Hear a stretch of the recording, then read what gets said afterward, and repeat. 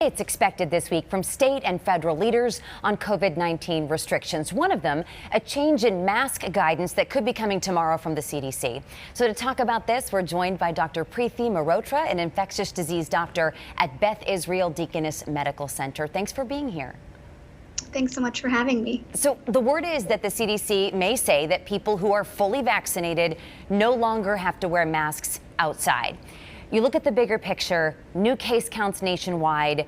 Do you think we're at a point that we should do this? And what's the risk if people are fully vaccinated? Yeah, we know from the data that the virus is transmitted more effectively in indoor settings and that the risk is clearly lower in outdoor settings. And then we also know that vaccine is protective. I think the key point to consider is that masking is still a measure that can protect others around us, particularly those that are not yet vaccinated and particularly in crowded outdoor settings. So things to keep in mind, even if that does happen. All right, Johnson & Johnson vaccines, they've resumed in the state based on what we know and a new warning with the vaccine about that blood clot potential. Is there anyone you think who should steer clear of the J&J choice? And what's your advice to anyone who's still concerned about it?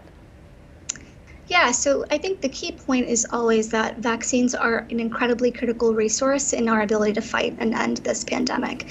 And also here that it's our government's own rigorous oversight that is a critical part of increasing widespread public confidence in vaccine.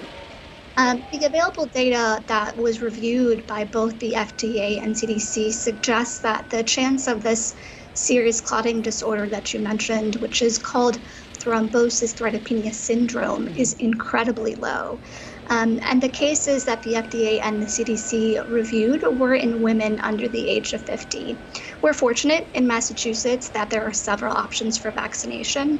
And so as with any medication or with any vaccination, it's important for individuals to talk with their own healthcare providers about what the right choice is for them. That's always good advice. Talk to your doctor. Let's talk about those other options, the 2-dose Pfizer, Moderna vaccines. The CDC is saying about 5 million people have missed that second dose. There's a number of reasons.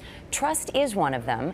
What's the danger if someone doesn't follow through, either for them or for the people around them? So I think we have to get a better handle on what that number actually is and why that number is that number.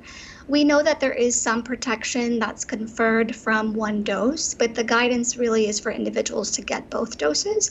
And that's not only for their own protection, but for the protection of others around them as well.